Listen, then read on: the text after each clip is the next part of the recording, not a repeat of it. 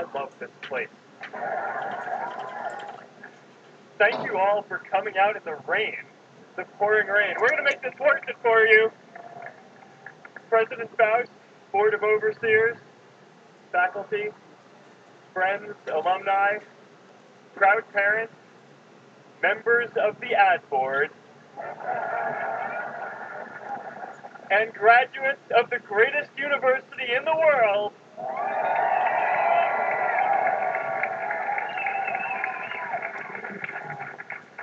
I am honored to be here with you today because, let's face it, you accomplished something I never could.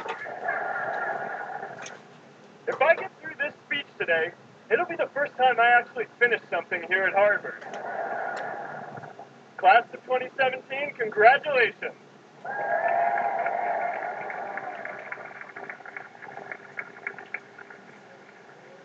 Now, I'm an unlikely speaker today, not just because I dropped out, but because we're technically in the same generation. We walked this yard less than a decade apart. We studied the same ideas and slept through the same X10 lectures. We may have taken different roads to get here, especially if you came all the way from the quad. But today, I want to share what I've learned about our generation and the world we're all building together. But first, these last couple of days brought back a lot of good memories. How many of you remember exactly where you were and what you were doing when you got that email telling you got into Harvard?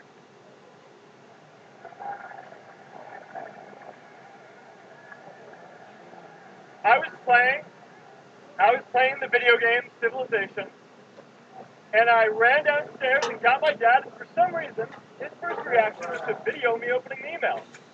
That could have been a really, really sad video.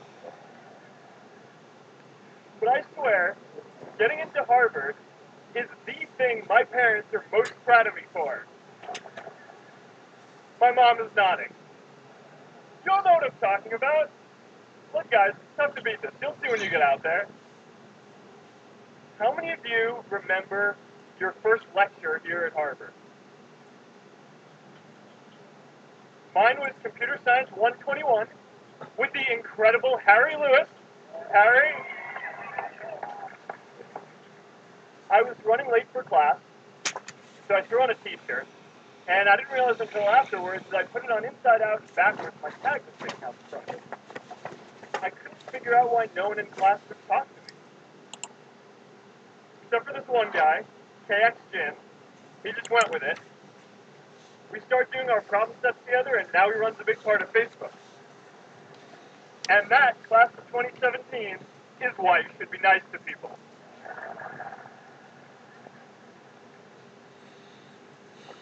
But my best memory from Harvard is meeting Priscilla.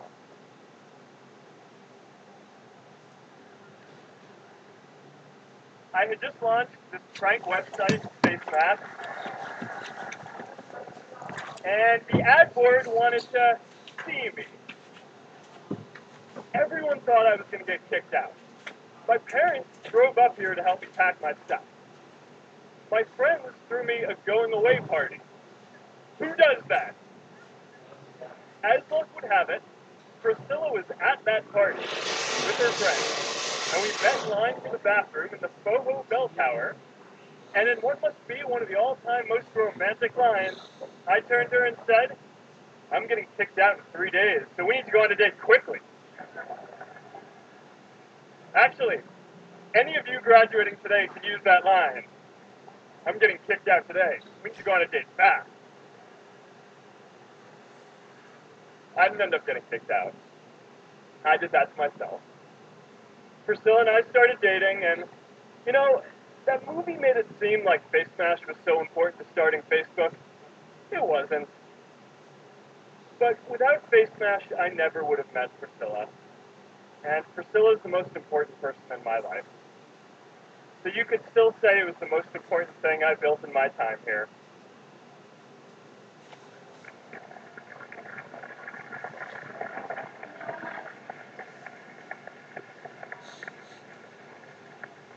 We have all started lifelong friendships here, and some of us even families. That's why I'm so grateful to this place. Thanks, Harvard.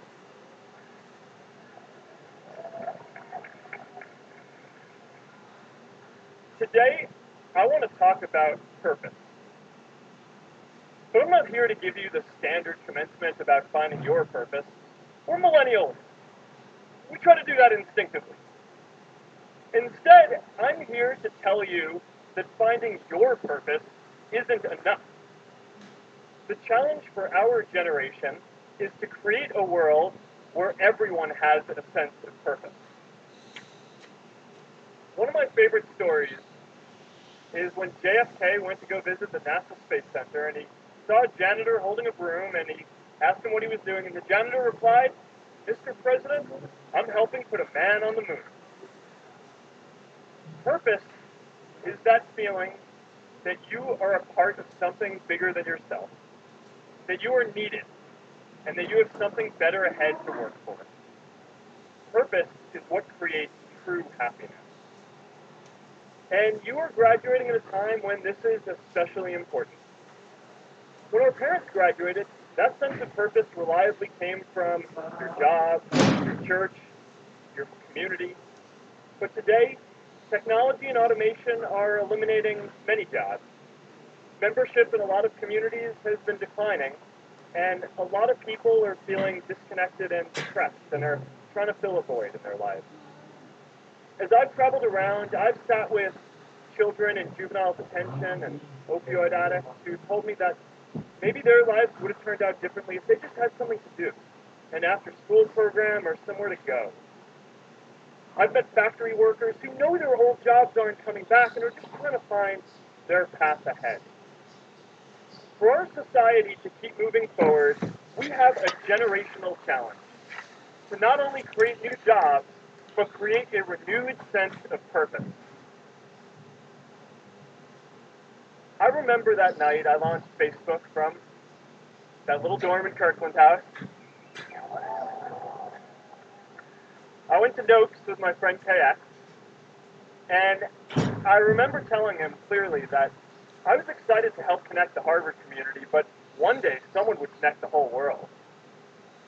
The thing is, it never even occurred to me that that someone might be us. We were just college kids. We didn't know anything about that.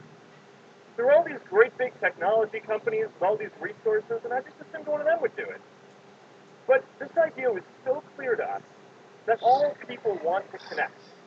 So we just kept working on it, day after day after day. And I know that a lot of you are going to have your own stories just like this. A change in the world that seems so clear that you are sure someone else is going to do it. But they're not. You will. But it's not enough to have that purpose yourself. You also have to create a sense of purpose for others. And I found that out the hard way. You see, my hope was never to build a company. I wanted to have an impact. And as all these people started joining us, I just assumed that that's what they wanted to do too. So I never took the time to explain what it was that I hoped we'd build. A couple of years in, some big companies wanted to buy us. I didn't want to sell. I wanted to see if we could connect more people. And we were building the first version of Newsfeed at the time, and I thought, if we could just launch this, we could change how we all learn about the world. Nearly everyone else wanted to sell. Without a sense of higher purpose, this was their startup dream come true, and it tore our company apart. After one particularly tense argument, one of my close advisors told me if I didn't agree to sell the company right now, I would regret that decision for the rest of my life. The relationships were so frayed that within a year or so, every single person on our management team was gone. That was my hardest time being sick. I believed in what we were doing, but I felt alone. And worse, it was my fault. I wondered if I was just wrong, an imposter, a 22-year-old kid who had no idea how things actually work. Now, years later, I understand that that is how things work when there's no sense of higher purpose. So it's up to all of us to create it so we can all keep moving forward together. And today, I want to talk about 3 ways that we can create a world where everyone has a sense of purpose. By taking on big, meaningful projects together. By redefining equality so everyone has the freedom to pursue their purpose. And by building community all across the world. But first, let's take on big, meaningful projects. Our generation is going to have to deal with tens of millions of jobs replaced by automation like self-driving cars and trucks. But we have the potential to do so much more than that. Every generation has its defining work. More than 300,000 people worked to put that man on the moon, including that janitor. Millions of volunteers immunized children around the world against polio, and millions of more people built the Hoover Dam and other great projects. And now it's our generation's turn to do great things. Now I know, maybe you're thinking, I don't know how to build a dam. I don't know how to get 1 million people involved in anything. Well, let me tell you a secret. No one does when they begin. Ideas don't come out fully formed. They only become clear as you work on them. You just have to get started. If I had to know everything about connecting people before I got started, I never would have built Facebook. Movies and pop culture just get this all wrong. The idea of a single eureka moment is a dangerous lie. It makes us feel inadequate, because we feel like we haven't had ours yet. And it prevents people with seeds of good ideas from ever getting started in the first place. Oh, and you know what else movies get wrong about innovation? No one writes math formulas on glass, okay? Alright? That's not a thing, okay?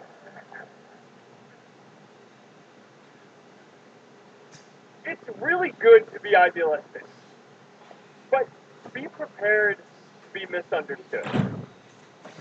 Anyone working on a big vision is going to get called crazy, even if you end up right. Anyone taking on a complex problem is going to get blamed for not fully understanding it, even though it's impossible to know everything up front. Anyone taking initiative will always get criticized for moving too fast, because there's always someone who wants to slow you down. In our society, we often don't take on big things because we're so afraid of making mistakes that we ignore all the things wrong today if we do nothing. The reality is, anything we do today is going to have some issues in the future. But that can't stop us from getting started. So what are we waiting for? It is time for our generation-defining great work. How about stopping climate change before we destroy the planet and getting millions of people involved, manufacturing, and installing solar panels? How about curing all diseases and getting people involved by asking volunteers to share their health data, track their health data, and share their genome? You know, today, our society spends more than 50 times as much treating people who are sick as we invest in finding cures so people don't get sick in the first place. It makes no sense. We can fix this. How about modernizing democracy so everyone can vote online? And how about personalizing education so everyone can learn? These achievements are all within our reach. Let's do them all in a way that gives everyone in our society a role. Let's do big things, not just to create progress, but to create purpose.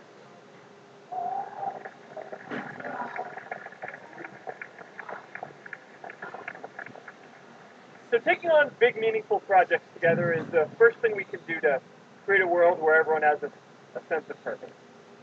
The second is redefining our idea of equality so everyone has the freedom to pursue their purpose. Now, many of our parents had stable jobs throughout their careers, but in our generation, we're all a little entrepreneurial, whether we're starting our own projects or finding our role in another one. And, you know, that's great, because our culture of entrepreneurship is how we create so much progress. An entrepreneurial culture thrives when it is easy to try lots of new ideas. Facebook wasn't the first thing I built. I also built chat systems and games, study tools and music players, and I'm not alone. J.K. Rowling got rejected 12 times before she finally wrote and published Harry Potter. Even Beyonce had to make hundreds of songs to get Halo. The greatest successes come from having the freedom to fail. Now, today, we have a level of wealth inequality that hurts everyone. When you don't have the freedom to take your idea and turn it into a historic enterprise, we all lose. And right now, today, our society is way over-indexed on rewarding people when they're successful, and we don't do nearly enough to make sure that everyone can take lots of different shots. Now, let's face it, there is something wrong with our system when I can leave here and make billions of dollars in 10 years, while millions of students can't even afford to pay off their loans, let alone start a business.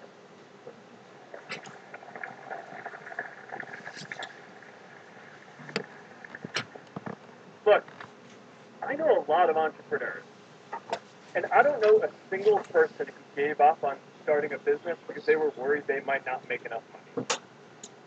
But I know too many people who haven't had the chance to pursue their dreams because they didn't have a cushion to fall back on if they failed.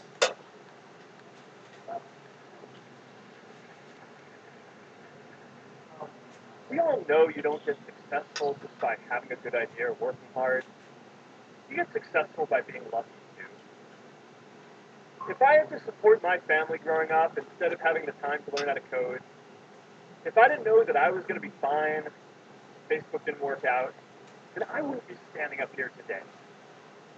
And if we're honest, we all know how much luck we've had to get to this point in our lives. Every generation expands its definition of equality. Previous generations fought for the vote, civil rights. They had the New Deal and Great Society. And now it's time for our generation to define a new social contract.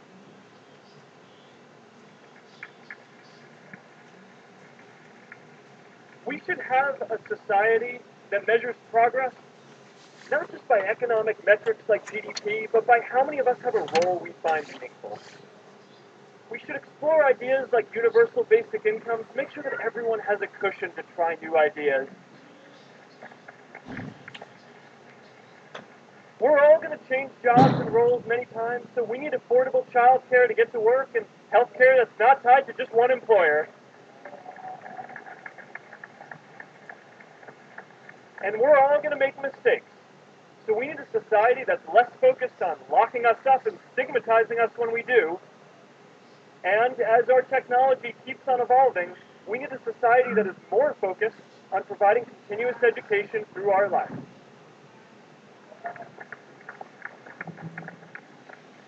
And yes, giving everyone the freedom to pursue purpose isn't going to be free. People like me should pay for it. And a lot of you are going to do really well, and you should too.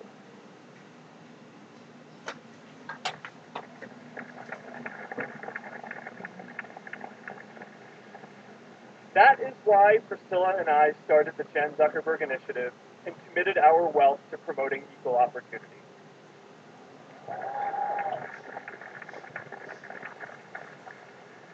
These are the values of our whole generation. It was never a question of if we were going to do this. The only question was when. Millennials are already one of the most charitable generations in history. In just 1 year, more than 3 in 4 U.S. millennials donated to charity, and more than 7 in 10 raised money for another one. But it's not just about giving money. You can also give time. And I promise you, if you just take an hour or two a week, that's all it takes to give someone a hand and help them reach their potential. Now, maybe you're thinking, that's a lot of time. I'm not sure if I have that much time. I used to think that. You know, when Priscilla graduated from Harvard, she became a teacher. And before she'd do education work with me, she told me that I needed to get my own experience teaching a class. At first I complained, I'm kind of busy, running this company, but she insisted. So I taught an after-school program at the local Boys and Girls Club on entrepreneurship. I taught those kids lessons on product development and marketing, and they taught me what it was like growing up feeling targeted for your race, and what it's like having a family member in prison. I shared stories of my time in school, and they shared their hope that one day they would get to go to college too. For 5 years, I've had dinner with those students every month. One of them even threw Priscilla and me our first baby shower. And next year, they're going to college. Every one of them, first generation in their families. We can all make time to give someone a hand. Let's give everyone the freedom to pursue purpose, not just because it's the right thing to do, but because when more people can turn their dreams into something great, we are all better for it.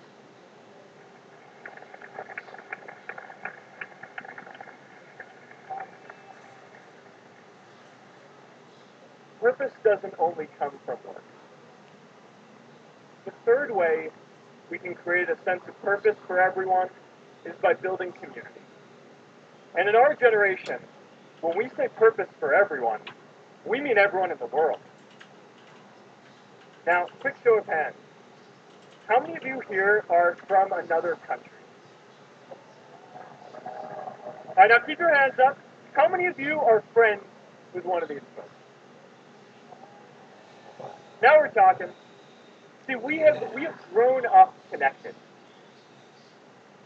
In a recent survey of millennials around the world, asking what most defines our identity, the most popular answer wasn't nationality, ethnicity, or religion. It was citizen of the world.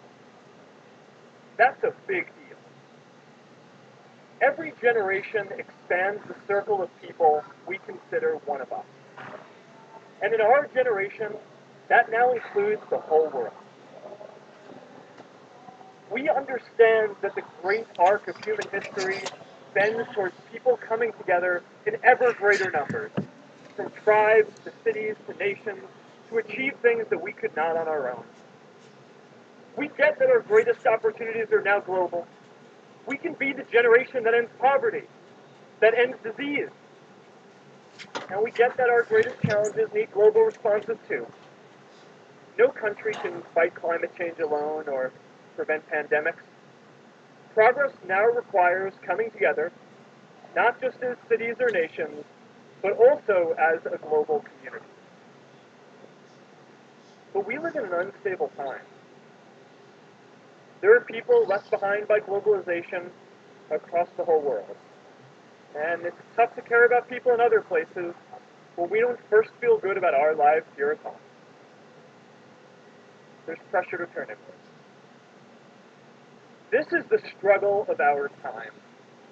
The forces of freedom, openness, and global community against the forces of authoritarianism, isolationism, and nationalism. Forces for the flow of knowledge, trade, and immigration against those who would slow them down. This is not a battle of nations. It is a battle of ideas. There are people in every country for more global connection, and there are good people against it. And this isn't going to be decided at the UN either. It's going to happen at the local level when enough of us feel a sense of purpose and stability in our own lives so we can start to open up and care about everyone else too. And the best way to do that is to start building local communities right now.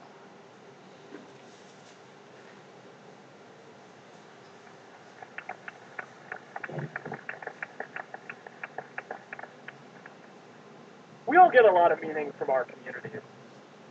Who here's from Elliott House? How about Lowell? I know you guys found community because you literally live right on top of each other. And Mather? I'll just leave that there. Whether our communities are houses or sports teams, churches or a cappella groups, they give us that sense that we are a part of something bigger, that we are not alone. They give us the strength to expand our horizons. And that's why it's so striking that over the past few decades, membership in all kinds of communities has declined by as much as 1/4. That's a lot of people who now need to find a sense of purpose somewhere else. But I know that we can rebuild these communities and start new ones because many of you already are. I met Agnes Agoye, who's graduating today. Agnes, where are you?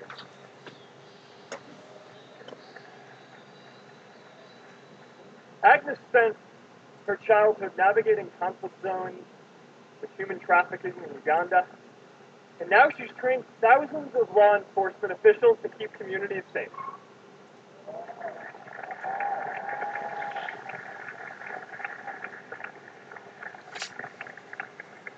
I met Kayla Oakley and Neha Jain, graduating today too. Stand up, guys. Kayla and Neha started a nonprofit that connects people suffering from chronic illnesses with people in their communities who are willing to help out.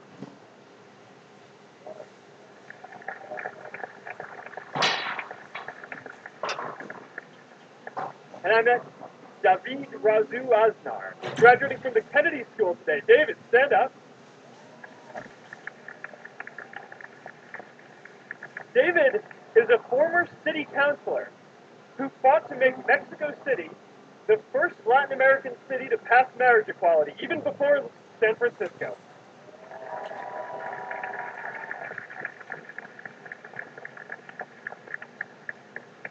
And this is my story too. A student in a dorm, connecting one community at a time, and keeping at it until one day we can connect the whole world. Change starts local. Even global change starts small with people like us. In our generation, the struggle of whether we connect more, whether we achieve our greatest opportunities, comes down to this: your ability to build communities and create a world where every single person has a sense of purpose.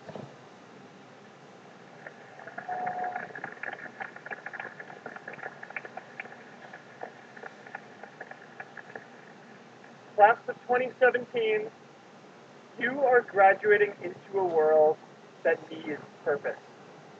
And it's up to you to create it. Now, maybe you're asking yourself, can I really do this? Well, remember when I told you about that class I taught, the Boys and Girls Club? One day after class, I was talking to my students about going to college, and one of my top students raised his hand and said that he wasn't sure he could go to college because he's undocumented. He wasn't sure if they'd take him. Last year, I took him out to breakfast for his birthday, and I wanted to get him a gift. So I asked him what he wanted, and he just started talking about struggles that he saw other students in his class facing, and finally said, I'd really just like a book on social justice. I was blown away. Here is a young guy who has every reason to be cynical. He wasn't sure if the country he calls home, the only one he's known, was going to deny him his dream of going to college. But he wasn't feeling sorry for himself. He wasn't even thinking of himself. He has a greater sense of purpose, and he's going to bring people along with him. It says something about our situation today that I can't even say his name because I don't want to put him at risk. But if a high school senior who doesn't know what the future holds for him can do his part to move the world forward, then we owe it to the world to do our part too.